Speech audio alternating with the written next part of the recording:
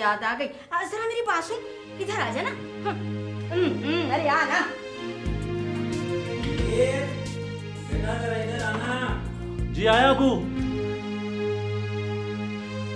क्या बात है, नाराज हो?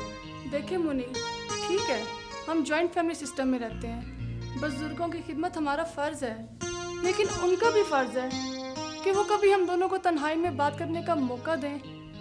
हम तो नाश्ता इकट्ठे नहीं कर सकते, इकट्ठे खाना नहीं खा सकते, अकेले कभी बाहर नहीं जा सकते।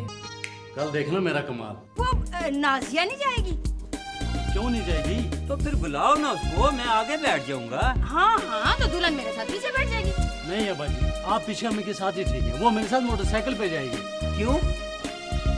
हमने कहीं और भी जाना है अब्बा जी। हाँ तो हम भी तुम्हारे साथ चलते हैं। जी नहीं। उधर